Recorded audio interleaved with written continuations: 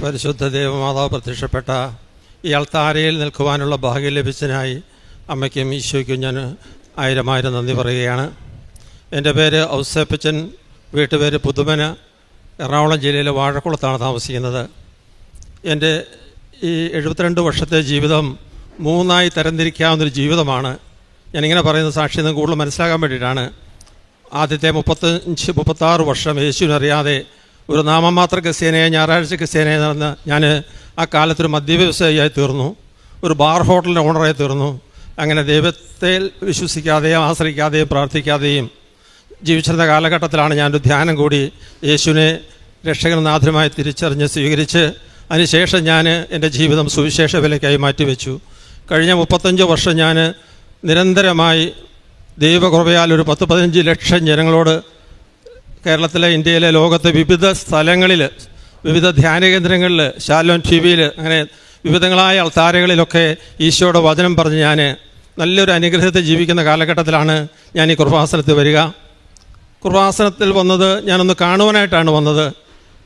ഞാൻ അങ്ങനെ വന്ന ഞാൻ 2022 ഓഗസ്റ്റ് മാസത്തിൽ 11-ാം തീയതി ഇവിടെ വന്ന് ഉടമ്പടി ഒപ്പിട്ടു. ഈ ഉടമ്പടി ഒപ്പിടാൻ എനിക്ക് പ്രധാനപ്പെട്ടൊരു കാര്യമുണ്ട്. ഞാൻ എൻ്റെ ജീവിതത്തിൽ ഒരുപാട് ദൈവാനുഗ്രഹങ്ങൾ കിട്ടുന്ന വ്യക്തിയാണെങ്കിൽ പോലും ഈ ഉടമ്പടി ധ്യാനത്തിൽ പങ്കെടുത്ത് ഉടമ്പടി സാക്ഷ്യത്തിൽ മുന്നോട്ട് പോയപ്പോൾ കൃപയ്ക്കുമേൽ കൃപ ലഭിക്കുന്ന വിവിധങ്ങളായ അനുഭവങ്ങൾ, അനുഗ്രഹങ്ങൾ ഞാൻ ഓർക്കുകയാണ്. ഞാൻ മാതാവിനോടും ഈശോയോടും ഒരുപോലെ ഭക്തിയുള്ള വ്യക്തിയായിരുന്നു. എൻ്റെ ജീവിതത്തിൽ 4 പ്രാവശ്യം സുഗന്ധ പരിമളം ലഭിച്ചിട്ടുള്ള വ്യക്തിയാണ്. അങ്ങനെയൊക്കെ ജീവിക്കുന്ന എനിക്ക് ഞാൻ മാതാവിൻ്റെ പക്കൽ പ്രാർത്ഥിക്കാറില്ലായിരുന്നു. ഈ ലോകത്തിൻ്റെതായ പല ക്ലാസ്സുകളൊക്കെ കേൾക്കുമ്പോൾ അല്പസ്വല്പമെങ്കിലും മാതാവിനുള്ള സ്നേഹം കുറഞ്ഞു പോയോ എന്ന് പോലും ഞാൻ ചിന്തിക്കാറുണ്ട്. അങ്ങനെ ഇരിക്കുമ്പോഴാണ് ഞാൻ ഉടമ്പടി ഒപ്പിടുന്നത്. ഈ ഉടമ്പടിയിൽ 6 നിയോഗങ്ങൾ ഞാൻ വെച്ചു, 6 കാര്യങ്ങൾ ഞാൻ നേർന്നു, അല്ലെങ്കിൽ 6 കാര്യങ്ങൾ ഞാൻ പ്രതിജ്ഞ എടുത്തു. ഈ 6 കാര്യങ്ങൾ എനിക്ക് വളരെ ഈസി ആയിരുന്നു. കാരണം ഞാൻ ഇവിടെ അച്ഛൻ പറയുന്ന പോലെയല്ല, ഈശോ പറയുന്ന പോലെയുള്ള ആ ഉടമ്പടിയിൽ പറയുന്ന കാര്യങ്ങളൊക്കെ അതുപോലെ പാലിച്ചു വരുന്നൊരു വ്യക്തിയാണ് ഞാൻ. അങ്ങനെ ഇരുന്ന വ്യക്തി എന്ന നിലയ്ക്ക് ഞാൻ ആ മാതാവിനോടിൻ്റെ മുന്നിൽ ഉടമ്പടി ഒപ്പിട്ട് കഴിഞ്ഞപ്പോൾ എൻ്റെ ജീവിതത്തിലുണ്ടായ നിരവധി ദൈവാനുഭവങ്ങൾ പങ്കുവെക്കാനായിട്ടാണ് ഞാനിപ്പോൾ ഇവിടെ നിൽക്കുക. ആദ്യമായി തന്നെ ഞാൻ ഉടമ്പടിയിൽ ഒപ്പിട്ട 1ാമത്തെ നിയോഗം, ഞാൻ കാസർഗോഡ് ജില്ലയിൽ കാഞ്ഞങ്ങാട് താമസിക്കുന്ന വ്യക്തിയാണ്. കഴിഞ്ഞ 50 വർഷം അവിടെയായിരുന്നു താമസിച്ചിരുന്നത്. ഞാൻ എറണാകുളത്തേക്ക്, എൻ്റെ നാട് തൊടുപുഴയാണ്, എറണാകുളം ജില്ലയിൽ വാഴക്കുളം താമസം വന്നിട്ട് ഒരു 18 വർഷമായെങ്കിലും എൻ്റെ അധ്വാന ഫലം, സ്ഥലം, കൃഷിസ്ഥലം, തോട്ടം, ബിൽഡിങ് എല്ലാം കാസർഗോഡാണ്. ഇത് വിൽക്കുവാനോ എനിക്ക് ഇങ്ങോട്ട് വരുവാനോ സാധിക്കുന്നില്ല. ഞാൻ എത്ര പ്രാർത്ഥിച്ചിട്ട് നടക്കാത്ത ചില കാര്യമായതുകൊണ്ടാൽ തന്നെ ഞാൻ അതിനുവേണ്ടി പ്രാർത്ഥിക്കാനായിട്ട് ഇവിടെ കടന്നു വന്നപ്പോൾ എൻ്റെ ആദ്യത്തെ പ്രശ്നം അതായിരുന്നില്ല. എൻ്റെ കോടിക്കണക്കിന് രൂപ വിലയുള്ള 5 ആധാരങ്ങൾ, സ്ഥലത്തിൻ്റെ ആധാരങ്ങൾ നഷ്ടപ്പെട്ടു പോയി. 7 വർഷമായിട്ട് അത് കാണാനില്ല. പത്രത്തിൽ പരസ്യം കൊടുത്ത് കോപ്പി എടുത്തിട്ട് പോലും ഈ സ്ഥലം വിൽക്കാൻ പറ്റുന്നില്ല. ആധാരത്തെ സ്ഥലം വാങ്ങാൻ ആളില്ല, ബാങ്ക് ലോൺ ചെയ്താൽ ലോൺ ലഭിക്കില്ല. എൻ്റെ 1ാമത്തെ നിയോഗം അതായിരുന്നു. അമ്മ മാതാവേ, ഈശോയോട് പറഞ്ഞ് എൻ്റെ ആധാരം ഒന്ന് വാങ്ങി തരണേ, ഞാൻ നിനക്ക് വേണ്ടി ലോകം മുഴുവൻ സുവിശേഷം വരുന്ന ആളല്ലേ അമ്മേ എന്നായിരുന്നു എൻ്റെ ആവശ്യം. പ്രിയപ്പെട്ടവരെ, കൃത്യം 1 വർഷം ഉടമ്പടി 2-3 പ്രാവശ്യം പുതുക്കി കഴിഞ്ഞപ്പോൾ ഈ ആധാരം മുഴുവൻ അവിചാരിതമായി എനിക്ക് തിരിച്ചു കിട്ടുകയാണ്. അതിനുശേഷം എൻ്റെ ഒരു നിയോഗം ഇതായിരുന്നു, അവിടുത്തെ സ്ഥലങ്ങൾ വിൽക്കണം. നിങ്ങൾക്കറിയാം, 400 കിലോമീറ്റർ അകലെ ആ സ്ഥലം കിടന്നാൽ എനിക്ക് പ്രായമായി. ഇതെല്ലാം അന്യാധീനപ്പെട്ടു പോകുന്ന സാഹചര്യങ്ങളുണ്ട്. പല ടൗണുകളിലാണ് സ്ഥലം കിടക്കുന്നത്. എൻക്രോച്ച് ചെയ്യാൻ വേണ്ടി ആൾക്കാർ, വില കൂടിയ സ്ഥലങ്ങളാണ്, എൻക്രോച്ച് ചെയ്യാനൊക്കെ ആൾക്കാരിങ്ങനെ നോക്കിയിരിക്കുക. ഈ സമയത്ത് എങ്ങനെയെങ്കിലും അമ്മ മാതാവേ, ഈ 2 സ്ഥലങ്ങളും എനിക്ക് വിറ്റ് തരണമേ. ആ 2 സ്ഥലങ്ങൾക്ക് പകരമായിട്ട് എറണാകുളം ടൗണിൽ നല്ല ആദായമുള്ള, പ്രായമുള്ള, എനിക്ക് ഇനി കൃഷിക്കൊന്നും പോകാൻ സാധ്യമല്ല. ഞാൻ ഈ സുവിശേഷ വിലയ്ക്ക് മുന്നോട്ട് പോയതുകൊണ്ട് എൻ്റെ സഹോദരങ്ങളെ പോലെ വലിയ വരുമാനം എനിക്കില്ല, ഒരു വലിയ നല്ല വീടില്ല, അങ്ങനെ പല പ്രശ്നങ്ങൾ എനിക്കുണ്ട്. പക്ഷെ അതൊന്നും എനിക്കൊരു പ്രശ്നമായിരുന്നില്ല. എൻ്റെ ഈശോ എൻ്റെ ഉള്ളിലുണ്ടല്ലോ എന്നുള്ള സന്തോഷത്തിൽ മുന്നോട്ട് പോയ എൻ്റെ ജീവിതത്തിൽ അമ്മയോട് ഞാൻ പറഞ്ഞ കാര്യം ഇതാണ്, ആ 2 സ്ഥലങ്ങൾ വിൽക്കാൻ പറ്റണം. എറണാകുളം ജില്ലയിൽ തന്നെ അടുത്ത് നല്ല സ്ഥലങ്ങൾ വാങ്ങാൻ പറ്റണം. ഞാൻ അങ്ങനെ ഇരുന്ന കാലത്താണ് കാസർഗോഡ് ജില്ലയിൽ, എൻ്റെ ഈ സ്ഥലത്ത്, കാസർഗോഡ് ജില്ലയിൽ ഞാൻ ബാർ നടത്തിയിരുന്ന കാവേരി ബാർ എന്ന കാസർഗോഡ് എൻ്റെ ബാർ നടത്തിയിരുന്ന സ്ഥലം, ആ കെട്ടിടം തന്നെ ഞാൻ പൊളിച്ചു കളഞ്ഞു. മദ്യം വിറ്റ് പണമോ ആ സ്ഥലമോ വേണ്ടെന്നായുള്ള ബോധ്യത്തിൽ ആ കെട്ടിടം തന്നെ പൊളിച്ചു കളഞ്ഞു. എനിക്കവിടെ കിട്ടിയ പണം മുഴുവൻ ഞാൻ ദാനാർമ്മം ചെയ്തു. അതിനുശേഷം ഈ സ്ഥലം വിൽക്കാൻ നോക്കിയിട്ട് പറ്റാത്ത അവസ്ഥയിലാണ് ഞാൻ ഇവിടെ വന്ന് മാതാവിൻ്റെ അടുക്കൽ പ്രാർത്ഥിക്കുന്നത്. ഞാൻ എന്നിട്ട് ഇവിടുന്ന് പ്രാർത്ഥിച്ചു കൊണ്ടുപോയ വെഞ്ചരിച്ച ഉപ്പ് അവിടെ വേദന വിശ്വാസ പ്രമാണം ചൊല്ലി പ്രാർത്ഥിച്ചു. എൻ്റെ മറ്റൊരു സ്ഥലം, ഒരു കൃഷിസ്ഥലം, തോട്ടം, ഇവിടെ എല്ലാം ഞാൻ വെഞ്ചരിപ്പിച്ച ഉപ്പ് വെതറി വിശ്വാസ പ്രമാണം ചെയ്ത് വിശ്വസിച്ച് പ്രാർത്ഥിച്ചു. പ്രിയപ്പെട്ടവരെ, വളരെ ശക്തമായി ദൈവത്തിൻ്റെ മാതാവ് ഇടപെട്ടു. അമ്മയ്ക്കൊരു കോടാനുകൂടി നന്ദി. ആ സ്ഥലമെല്ലാം 2 സ്ഥലങ്ങളും ഒരേ കാലയളവിൽ തന്നെ വിൽക്കാൻ സാധിക്കുകയാണ്. അതും വലിയൊരു തടസ്സമുണ്ടായിരുന്ന സ്ഥലമാണ്. ചില വ്യക്തികൾ ഈ സ്ഥലം കൈവശപ്പെടുത്താൻ വേണ്ടി ആലോചിച്ച് ചില കെണികളും ചതികളുമായി കുരുക്കുന്ന സമയത്ത് അവിടെ വലിയൊരു അത്ഭുതം മാതാവ് പ്രവർത്തിച്ചു. എന്താണെന്ന് ഞാൻ പറയുന്നില്ല. അത്ഭുത പ്രവർത്തനത്തിലൂടെ ആ സ്ഥലം വിൽക്കാൻ അവിടെ വലിയൊരു സാധ്യത കിട്ടി, കുറവ് കിട്ടി. ആ പണമെല്ലാം എൻ്റെ വന്ന സമയത്ത് എൻ്റെ അടുത്ത നിയോഗമാണ് എറണാകുളം ജില്ലയിൽ, അതിന് പകരം സ്ഥലം തരണമേ എന്ന്. ഞാൻ അവിടെ പണിയാനിരുന്ന ഒരു കെട്ടിടത്തിൻ്റെ പ്ലാൻ ഉണ്ടാക്കിയിരുന്നു.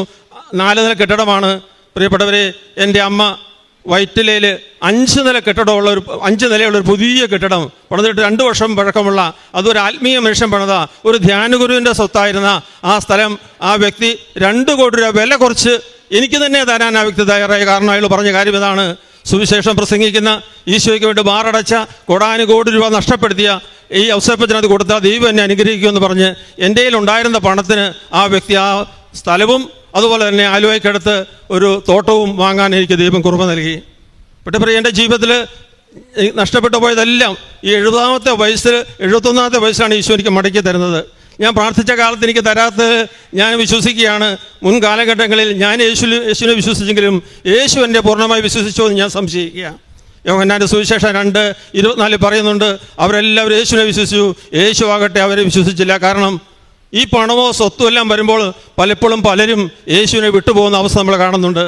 യേശു തിരഞ്ഞെടുത്ത പ്രാർത്ഥിച്ച 12 ശിഷ്യന്മാരിൽ ഒരുവനായ യുദാസ് വരെ യേശുവിനെ ഒറ്റിക്കൊടുക്കാൻ കാരണം ഈ ഭൗതിക നേട്ടമല്ലേ, ആ പണപ്പെട്ടിയല്ലേ? ആ ഒരു ചിന്തയായിരിക്കാം ഈശോ എനിക്ക് വളരെ പക്വതയോടുകൂടി ഒരു ജീവിതം നയിക്കുന്ന സമയത്താണ് മാതാവ് പ്രാർത്ഥിച്ച് എനിക്ക് ഈ വരുമാന മാർഗമുള്ള, നല്ല വരുമാനമുള്ള, നല്ല റെൻ്റുള്ള ഈ കെട്ടിടവും നല്ലൊരു സ്ഥലവും വാങ്ങാൻ വേണ്ടി കൃപ നൽകി. പ്രിയപ്പെട്ടവർ, അങ്ങനെ എൻ്റെ ജീവിതത്തിൽ ഒരുപാട് അനുഗ്രഹങ്ങൾ ഈശോ തരികയാണ്. ഞാൻ നിയോഗത്തിൽ വെക്കാത്ത മറ്റൊരു അനുഗ്രഹം കൂടി എനിക്ക് കൂടെ കിട്ടുകയാണ്. എനിക്ക് സാമാന്യം നല്ലൊരു വീടുണ്ട് വാഴക്കുളത്ത്. ആ സമയത്താണ് എനിക്കൊരു മറ്റൊരു വീട്, വളരെ ഭംഗിയായ വീട്, എൻ്റെ മകൾ താമസിക്കുന്ന വീട്, ആ മകളത് കൊടുക്കാൻ തീരുമാനിച്ചു. ആ സമയത്ത് ഞാൻ പറഞ്ഞു, എൻ്റെ കയ്യിൽ ഇപ്പോൾ പൈസ ഇല്ല മോളെ, പപ്പ പതുക്കെ പൈസ തന്നാൽ മതി എന്ന് പറഞ്ഞ് ആ നല്ലൊരു വീട്, പുതിയ വീട് എനിക്ക് തരുവാനും അത് വാങ്ങുവാനും ആധാരം ചെയ്ത് വാങ്ങുവാനും ഇടവന്നു. പ്രിയപ്പെട്ടവരെ, യേശുവിനോട് ചേർന്ന് നിൽക്കുമ്പോൾ പരിശുദ്ധ അമ്മ എനിക്ക് നൽകിയ അനുഗ്രഹങ്ങൾക്ക് ഞാൻ കോടാനുകൂടി നന്ദി പറയുകയാണ്. അതുപോലെ തന്നെ ഞാൻ ഓർക്കുകയാണ്, ഞാനൊരു ഹാർട്ട് അറ്റാക്കിൻ്റെ രോഗിയാണ്. ഇപ്പോൾ 2 ആൻജിയോപ്ലാസ്റ്റി കഴിഞ്ഞ ആളാണ്. അതിനുശേഷം എനിക്കിങ്ങനെ ശ്വാസം എടുക്കുമ്പോൾ ചെറിയൊരു ഒരു വിഷമം ഉണ്ടായിരുന്നു. ആ വിഷമം നിയോഗത്തിൽ എഴുതി വെച്ചു. ആ വിഷമം കംപ്ലീറ്റായിട്ട് മാറിക്കിട്ടി. അതുപോലെ വീണ്ടും ഓരോ ദിവസവും ഓരോ പുതിയ അനുഭവം തന്ന് ഈശോനെ അനുഗ്രഹിക്കുകയാണ്. മറ്റൊരു അനുഭവം ഞാൻ ഓർക്കുകയാണ്. ഞാൻ ഈ വാങ്ങിയ പുതിയ വീടിൻ്റെ, എൻ്റെ മകളുടെ വീടിൻ്റെ പരിസരത്ത് മറ്റൊരു വ്യക്തിയുടെ സ്ഥലത്ത് വലിയ മരം നിൽപ്പുണ്ട്, ഒരു ആനിമരം. ഇത് വളരെ ദൂരെയാണ് നിൽക്കുന്നത്, വെട്ടാൻ പറയാൻ നമുക്ക് സാധ്യമല്ല. അതുപോലെ ദൂരത്തിൽ നിൽക്കുന്ന ആ മരം വീണാൽ, വളരെ ഹൈറ്റിൽ നിൽക്കുന്ന ഈ മരം വീണാൽ എൻ്റെ വീട് പൂർണ്ണമായിട്ട് നഷ്ടപ്പെടും, ഞങ്ങളെല്ലാവരും വേണേൽ മരിച്ചു പോകാം. ഈ മരം വെട്ടാമോ എന്ന് ചോദിച്ചപ്പോൾ പറഞ്ഞു, കമ്പി വലിച്ചു കെട്ടി മാറ്റിത്തരാമെന്ന് പറഞ്ഞ് കമ്പി വലിച്ചു കെട്ടി. കഴിഞ്ഞ വർഷം ഈ കമ്പി പൊട്ടിപ്പോയി. ആ സമയത്ത് ഞാനിങ്ങനെ മാതാവിനോട് പറഞ്ഞു, കഴിഞ്ഞ മാസം കൊണ്ട് അനുഭവമാണ്.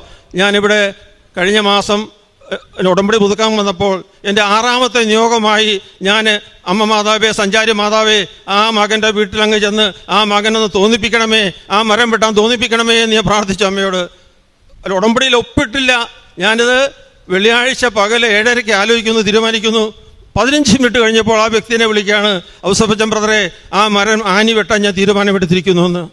പരിശുദ്ധ അമ്മ ഇത്രമേൽ പെട്ടെന്ന്, ഞാൻ ഉടമ്പടി ഒപ്പിട്ടില്ല, ഒപ്പിടുന്നതിന് മുമ്പ് തന്നെ, നിയോഗം വെക്കുന്നതിന് മുമ്പേ തന്നെ ഞാൻ അമ്മയോട് പ്രാർത്ഥിച്ച അമ്മ കേട്ടു. ആ മനുഷ്യൻ എന്നെ വിളിച്ചു. കഴിഞ്ഞ മാസം അത് വെട്ടു എന്ന് പറഞ്ഞു. മിനിങ്ങാന്ന് മരം വെട്ടി മാറ്റി. പറയപ്പെട്ടവരെ, ഇങ്ങനെ നിരവധി അനുഗ്രഹങ്ങൾ ലഭിക്കുകയാണ്. മാതാവിടെ പ്രത്യക്ഷപ്പെട്ടോ പറഞ്ഞല്ലോ, വരാനിരിക്കുന്ന ദുരന്തത്തിൽ നകന്നു നിൽക്കാൻ വേണ്ടി പ്രാർത്ഥിക്കുവിൻ. ഞാനൊരു ആത്മീയ ദുരന്തത്തിൽപ്പെട്ടതിനിടയ്ക്ക് കഴിഞ്ഞ ജൂൺ 13, 14 തീയതികളിൽ ഔസേപ്പച്ചനായിരുന്നില്ല, ഒരു സാത്താൻ്റെ മകനായിപ്പോയി. കാരണം വലിയൊരു നഷ്ടം എനിക്കുണ്ടായി, വലിയൊരു വഞ്ചന എൻ്റെ ജീവിതത്തിലുണ്ടായി. എനിക്ക് വലിയൊരു സാമ്പത്തിക നഷ്ടമുണ്ടായപ്പോൾ ആ വ്യക്തിയോട്, ആ എന്നെ വേദനിപ്പിച്ച വ്യക്തിയോട് എനിക്ക് ക്ഷമിക്കാൻ പറ്റാത്ത അവസ്ഥയിൽ, പ്രാർത്ഥിക്കാൻ പറ്റാത്ത അവസ്ഥയിൽ ഞാൻ പള്ളിയിൽ പോയി കുർബാന സ്വീകരിക്കാതെ തിരിച്ചു വന്നു. കാരണം ഈ വെറുപ്പോട് കൂടി എങ്ങനെ ഈശോയെ സ്വീകരിക്കുക? ഞാൻ എൻ്റെ ജീവിതത്തിൽ അന്നൊരു കാര്യം മനസ്സിലാക്കി, മൺകൂടത്തിലാണ് ഈ വിശ്വാസം, ഈ ആത്മീയത, ആത്മരക്ഷ, ഈ സ്വർഗം നമുക്ക് നൽകിയിരിക്കുന്നതെന്ന്. ഏത് നിമിഷം വേണേലും വീണ് പൊട്ടിപ്പോകാം. പ്രിയപ്പെട്ടവരെ, ഞാനിങ്ങനെ വിഷമിച്ച് വേദനിച്ചിരിക്കുന്നു. എൻ്റെ ബന്ധുക്കളെല്ലാം പറയുന്നു, ക്ഷമിക്കേ ക്ഷമിക്കേ ക്ഷമിക്കേ, എനിക്ക് പറ്റുന്നില്ല. ഈ അവസരത്തിൽ ഡെയിലി ബ്രെഡ് എന്ന ക്ലാസ് ഞാൻ എല്ലാ ദിവസവും കേൾക്കും. അന്ന് രാവിലെ ബഹുമാനപ്പെട്ട ജോസഫ് അച്ഛൻ പറയുകയാണ്, ഞാൻ 15-ാം തീയതി ജൂൺ 15-ൻ്റെ ക്ലാസ്സാണ് ഞാൻ ഓൺ ചെയ്തതെങ്കിൽ എനിക്ക് കിട്ടിയത് കഴിഞ്ഞ വർഷം ഒക്ടോബർ മാസത്തിലെ ക്ലാസ്സാണ് കയറി വന്നത്. അതിലൊരു വചനം പറയുകയാണ്, വിശുദ്ധ മത്തായിയുടെ സുവിശേഷം 11:12, സ്വർഗരാജ്യം ബലപ്രയോജന വിധേയമാണ്, ബലവാന്മാർ അത് കൈവശപ്പെടുത്തുന്നു. നിങ്ങളുടെയൊക്കെ ജീവിതത്തിൽ കഠിനമായ വെറുപ്പോ വിദ്വേഷമോ വഞ്ചനകളോ പാപത്തിൻ്റെ പ്രലോഭനങ്ങളുണ്ടാകാം. അവിടെയൊക്കെ പരിശുദ്ധാത്മാവിൻ്റെ ബലമില്ലെങ്കിൽ നിങ്ങൾ വീണുപോകും. പ്രിയപ്പെട്ട, ആ സമയത്ത് ഷോക്ക് അടിക്കുന്ന അനുഭവം എനിക്കുണ്ടായി. പെട്ടെന്നൊരു തണുത്ത കാറ്റടിച്ചു. ആ സമയം തന്നെ എന്നെ ഒരിക്കലും മരണം വരെ ഞാൻ ക്ഷമിക്കില്ല, പൊറുക്കില്ല എന്ന് വരുന്ന ആ വ്യക്തിയോട് പൂർണ്ണമായി ക്ഷമിക്കാനും ആ വ്യക്തിയെ വേണ്ടി പ്രാർത്ഥിക്കുവാനും ആ വ്യക്തി കഴിഞ്ഞ ആഴ്ച ഷെയ്ഖാൻ്റെ കൂടെ സംസാരിക്കാനും ദൈവശക്തി നൽകി. അതുപോലെ തന്നെ ഒരു ആത്മീയ ദുരന്തം പോലെ തന്നെ മറ്റൊരു ദുരന്തം ഈ കഴിഞ്ഞ ആഴ്ചയിൽ സംഭവിച്ചൊരു കാര്യമാണ്.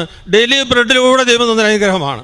ഞാൻ കാശ്മീർ സന്ദർശിക്കാൻ വേണ്ടി എൻ്റെ കുറേ വർഷത്തെ ആഗ്രഹമാണ്. ഞാൻ അതിന് 20,000 അഡ്വാൻസ് കൊടുത്ത് ബുക്ക് ചെയ്തു. ആ സമയത്താണ് ഞാൻ കഴിഞ്ഞ ആഴ്ച ഒരു അച്ഛൻ്റെ ഡെയിലി ബ്രെഡ് ക്ലാസ്സിൽ കേൾക്കുകയാണ്, ബാലാമിൻ്റെ കഴുത ബാലാമിനെ ആ യാത്രയിൽ നിന്ന് തടസ്സപ്പെടുത്തിയ കാര്യം. ബാലാമിൻ്റെ യാത്രയെ പ്രവാചകനെ തടസ്സപ്പെടുന്ന കഴുത. അച്ഛൻ പറഞ്ഞ കാര്യം ചിരിച്ചോണ്ടാ പറയുന്നത്. ബാലാം കണ്ടില്ല, പക്ഷേ കഴുത കണ്ടു, ദൂതൻ വാളുമായിട്ട് അവിടെ നിൽക്കുന്നത്. പ്രിയപ്പെട്ടവരെ, ആ ഒരു യാത്ര തടസ്സം എൻ്റെ ജീവിതത്തിൽ ഒരു ചെറിയ ചിന്ത നൽകി. എൻ്റെ യാത്രയെ ഈശോ ആഗ്രഹിക്കുന്നില്ലേ? എൻ്റെ കാശ്മീർ യാത്ര ഈശോ ആഗ്രഹിക്കുന്നില്ലേ? ഞാൻ ചിന്തിച്ചു പോയി. 1 മണിക്കൂർ കഴിഞ്ഞപ്പോൾ ഞാൻ എൻ്റെ കാറിലെ കാസറ്റിൽ ഞാൻ കേൾക്കുകയാണ്, ഇവിടെ വന്ന് ഡബിൾ അഭിഷേകത്തോട് സ്വീകരിച്ച നമ്മുടെ ദാനിയേലച്ഛൻ്റെ ക്ലാസ് ഞാൻ കേൾക്കുക TV-യിലൂടെ, എൻ്റെ കാസറ്റിലൂടെ. അച്ഛൻ പറയുകയാണ്, ബാലാമിൻ്റെ കഴുതയുടെ കാര്യം അച്ഛൻ വീണ്ടും പ്രസംഗിക്കുക 1 മണിക്കൂറിനിടയിൽ. ഇത് രണ്ടും കേട്ടപ്പോൾ എനിക്ക് മനസ്സിലായി എൻ്റെ യാത്ര ക്യാൻസൽ ചെയ്യണം. ഞാൻ TTC കമ്പനിക്കാരെ വിളിച്ച് പറഞ്ഞു, ഞാൻ പോരുന്നില്ല, അത് ക്യാൻസലാക്കിയിരിക്കുന്നു. പറഞ്ഞു പണം നഷ്ടപ്പെടും. ഞാൻ പറഞ്ഞു പണം നഷ്ടപ്പെട്ടോടെ, ഞാൻ യാത്ര ചെയ്യുന്നില്ല, ഈശോ അത് ആഗ്രഹിക്കുന്നില്ല. പിറ്റേ ദിവസം ഞാൻ കേൾക്കുകയാണ്, നിങ്ങളേറെ കേട്ട് കാണും, ആ കാശ്മീരിൽ മുഴുവൻ വലിയ വെള്ളപ്പൊക്കമായിട്ട് ഒരുപാട് പേര് മരിക്കുന്നു, വലിയ ഗതാഗത തടസ്സം, വാഹനങ്ങൾ ഒഴുകിപ്പോകുന്നു, അങ്ങനെ വലിയ പ്രശ്നങ്ങളുള്ള സ്ഥലത്തേക്ക് പോകാതിരിക്കാൻ ഈശോ എൻ്റെ ശാരീരികമായ ഒരു ദുരന്തത്തിൽ തന്നെ ഈശോ രക്ഷപ്പെടുത്തിയ സംഭവമായിരുന്നത്. പ്രിയപ്പെട്ടവരെ, അതുപോലെ മറ്റൊരു വലിയൊരു സംഭവം എനിക്കുണ്ടായത് കഴിഞ്ഞ ഒരു 3 മാസം മുമ്പ് എൻ്റെ ജീവിതത്തിൽ നടുവിന് വേദന ഉണ്ടായി. ആ ഡോക്ടർ അവസാനം എന്നോട് പറഞ്ഞു, ഇനി നിങ്ങൾ ഇരിക്കരുത്, നടക്കാം, നിൽക്കാം, കിടക്കാം. ഈ നടുവേദന മാറാൻ വേണ്ടി 3 മാസത്തേക്ക് അവധി പറഞ്ഞിരിക്കുകയാണ്. പ്രിയപ്പെട്ടവർ, എനിക്കുണ്ടായ സംഭവം എന്ന് വെച്ചാൽ എൻ്റെ പെങ്ങടമ്മയുടെ കല്യാണം റായ്പൂരുണ്ട്. അവർ പ്ലെയിൻ ടിക്കറ്റ് എനിക്കും എൻ്റെ ഭാര്യയ്ക്കും ബുക്ക് ചെയ്തു. അവിടെ ഹോട്ടൽ ബുക്ക് ചെയ്ത് പോകാതിരിക്കാൻ പറ്റാത്ത അവസ്ഥ. ഈ ഡോക്ടർ പ്ലെയിനിൽ നിന്ന് പോകാൻ പറ്റില്ല. ഞാൻ മാതാവിനോട്, മാതാവേ എൻ്റെ അമ്മയല്ലേ, എൻ്റെ അമ്മയാണ്. പ്രിയപ്പെട്ടവരെ, യോഹന്നാൻ സ്വീകരിച്ച അമ്മ, ആ കുരിശിൽ നിന്നുകൊണ്ട് ഈശോ തന്ന സമ്മാനത്തെ സമ്മാനമായി എൻ്റെ അമ്മയായി ഞാൻ എൻ്റെ വീട്ടിൽ സ്വീകരിച്ച് എൻ്റെ അമ്മയുമായി കുശലം പറയുന്നു, അമ്മയോട് സംസാരിക്കുന്നു, അമ്മയോട് വഴക്കിടുന്നു. ഈ അമ്മയോട് പറഞ്ഞ അമ്മയെ ഞാൻ പിണങ്ങും, അമ്മ എൻ്റെ നടുവേന മാറ്റി തരണം അമ്മേ, ഈശോയോട് പറഞ്ഞിട്ട് നടുവേന മാറ്റി തരണം അമ്മേ എന്നൊരൊറ്റ വാശി പെടുത്തും. അമ്മ പേടിച്ചു പോയെന്നാണ് തോന്നുന്നത്. 2 മണിക്കൂറിനകത്ത് വേദന മാറിപ്പോയി. ഞാൻ റായ്പൂരിലേക്ക് യാത്ര ചെയ്തു, തിരിച്ചു വന്നു. ഇന്നലെ ഞാൻ എറണാകുളം പോയി. എത്ര യാത്ര ചെയ്തിട്ടോ ആ വേദന ഇപ്പോൾ അനുഭവപ്പെടുന്നില്ല. പ്രിയപ്പെട്ടവരെ, നമ്മുടെ അമ്മ നമ്മുടെ ഈശോയുടെ അമ്മ, ദൈവത്തിൻ്റെ അമ്മ, കൃപാസന മാതാവ് പ്രത്യക്ഷപ്പെട്ട ഈ സ്ഥലത്ത് ഒരു പ്രത്യേകതയുണ്ട്. ഈ ഒരു പ്രത്യേകത ബോധ്യപ്പെട്ടുകൊണ്ട് ഞാൻ എൻ്റെ ഒരു പ്രാർത്ഥന ഇതാണ്. എൻ്റെ കഴിഞ്ഞ മാസത്തെ പ്രാർത്ഥന നിയോഗമാണ്, ഭാരത ജനത മുഴുവൻ യേശുവിനെ അറിയണം. പരിശുദ്ധ അമ്മയിലൂടെ, കൃപാസനത്തിലൂടെ ലോക ജനത മുഴുവൻ യേശുവിലേക്ക് വരണം. യേശു കുരിശിൽ നേടിത്തന്ന രക്ഷ, സ്വർഗത്തിൻ്റെ പ്രത്യാശ, യേശുവിൽ മാത്രമേ രക്ഷയുള്ളൂ എന്നുള്ള ബോധ്യം എല്ലാവർക്കും ലഭിക്കാൻ വേണ്ടി ഞാൻ നിയോഗം എഴുതിച്ച് എല്ലാ ദിവസവും പ്രാർത്ഥിക്കുകയാണ്. എൻ്റെ സുവിശേഷ വേലയുടെ ഭാഗമായി, പ്രേക്ഷിത വേലയുടെ ഭാഗമായി ഞാൻ എന്താ ചെയ്യേണ്ടതെന്ന് ആലോചിച്ച് പ്രാർത്ഥിച്ചപ്പോൾ ഈശോ എനിക്ക് വചനം തന്നു. അപ്പോസ്തല പ്രവർത്തനം 13:44 അപ്പോസ്തലനോട് എടുത്ത തീരുമാനമാണ്. അപ്പോസ്തലൻ സുവിശേഷം പ്രവർത്തിച്ചുകൊണ്ടിരുന്നപ്പോൾ പൗലോസും ബർന്നബാസും സുവിശേഷം പ്രവർത്തിച്ചപ്പോൾ യഹൂദർ തർക്കമായി, പറയുന്നത് കേൾക്കുന്നില്ല, തർക്കമായി. പൗലോസ് അവരോട് കാര്യം പറയുന്നുണ്ട്, നിങ്ങൾക്ക് നിത്യജീവൻ്റെ വരം ലഭിക്കായികയാൽ ഞാൻ വിജാതിരുടെ പക്കലേക്ക് പോകുന്നു, അവർക്കാകട്ടെ നിത്യജീവൻ്റെ ഫലം ലഭിച്ചവരാണ്, വിളി ലഭിച്ചവരാണ്. പ്രിയപ്പെട്ട, ആ ഒരു വചനത്തിൽ തന്നെ വെളിച്ചത്തിൽ ഞാൻ ഒറീസയിലേക്ക് പോയി. അവിടെ കുറേ സ്ഥലങ്ങളെല്ലാം പോയി കണ്ടു. ഒരാഴ്ച എൻ്റെ ഒരു MSD അച്ഛൻ ജോസച്ചൻ്റെ കൂടെ ഞാൻ യാത്രയായി. അവിടെ കണ്ടപ്പോൾ എൻ്റെ കണ്ണീര് മുഴുവൻ തീർന്നു പോയി. കാരണം അനേകായിരങ്ങൾ എന്ന് പറഞ്ഞാൽ കേരളം ഒരു 150 വർഷം മുമ്പ് യേശു വരുന്നതിന് മുമ്പ് എങ്ങനെയായിരുന്നു കേരളം, അതേ അവസ്ഥയിൽ നശിക്കുന്നൊരവസ്ഥ. ഞാൻ ആ സ്ഥലവുമായിട്ട് ബന്ധപ്പെട്ടുകൊണ്ട് സുവിശേഷ വില ചെയ്യുന്നു. കഴിഞ്ഞ മുമ്പത്തെ ഡിസംബർ മാസത്തിൽ അവിടെ 15 കൊച്ചു കുട്ടികളാണ് തുണിയില്ലാതെ തണുപ്പ് തടുക്കാൻ പറ്റാതെ മരിച്ചു പോയത്. ഈ കഴിഞ്ഞ 6 മാസങ്ങൾക്ക് മുമ്പ് ഞങ്ങൾ ഇവിടുന്ന് 6 കിൻഡൽ ഉടുപ്പുകൾ, തുണികളെല്ലാം പാഴ്സൽ ചെയ്ത് അങ്ങോട്ട് അയച്ചു. അവർക്കെല്ലാം തുണുപ്പ് കൊടുക്കുന്നു, മരുന്ന് അയച്ചു കൊടുക്കുന്നു. അങ്ങനെ സുവിശേഷ വില ചെയ്യുകയാണ്. ഞാനും എൻ്റെ മകൾ, ഓസ്ട്രേലിയയിലുള്ള മകൾ ടീന, ഞങ്ങൾ രണ്ടുപേരും കൂടി മറ്റൊരു സുവിശേഷ വില ആരംഭിച്ചത്. ആ മകളുടെ പേരിലൊരു 2.5 ഏക്കർ സ്ഥലമുണ്ട് കാസർഗോഡ് ജില്ലയിൽ, തെങ്ങുതോട്ടമാണ്. അത് 25 സെൻറ്റ് വീതം 10 പേർക്ക് ഫ്രീ ആയിട്ട് എഴുതി കൊടുക്കുകയാണ്. വീടില്ലാത്തവർക്ക്, പാവപ്പെട്ടവർക്ക്, വേദനിക്കുന്നവർക്ക് സ്ഥലം കൊടുത്ത് അനുഗ്രഹിക്കാൻ ഈശോ വലിയൊരു കുറവ് ഞങ്ങൾക്ക് നൽകി. അതുപോലെ തന്നെ ഞാൻ ഇവിടെ ഇങ്ങോട്ട് വരുമ്പോൾ ഞങ്ങൾ 4, 5, 6 പേരെ എല്ലാ ദിവസവും കുർബാനസ്ഥലത്തേക്ക് പുതിയ ആൾക്കാരെ കൊണ്ടിരുന്നു.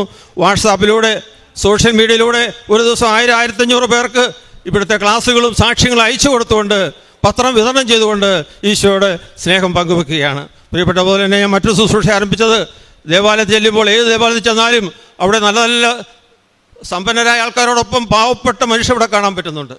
തീരെ സാധുക്കളായ മനുഷ്യർ. അവരുടെ വസ്ത്രധാരണവും അവരുടെ രീതിയും കാണുമ്പോൾ അറിയാം, അവരുടെ മുഖം കാണുമ്പോൾ അറിയാം വിഷമം. അവർ പോയി പരിചയപ്പെടും, ഈശോയുടെ സ്നേഹം പങ്കുവെക്കും. ഞാനൊരു സമ്മാനം തരട്ടെ എന്ന് പറഞ്ഞ് കുറച്ച് പണം ഞാൻ വകയിൽ കൊടുക്കും. പ്രിയപ്പെട്ടവർ, ഈശോയ്ക്ക് കൊടുത്ത പോലെ എനിക്ക് തോന്നുക. ഈശോ വേണമെങ്കിൽ ചക്കവേരിലും കായ്ക്കും.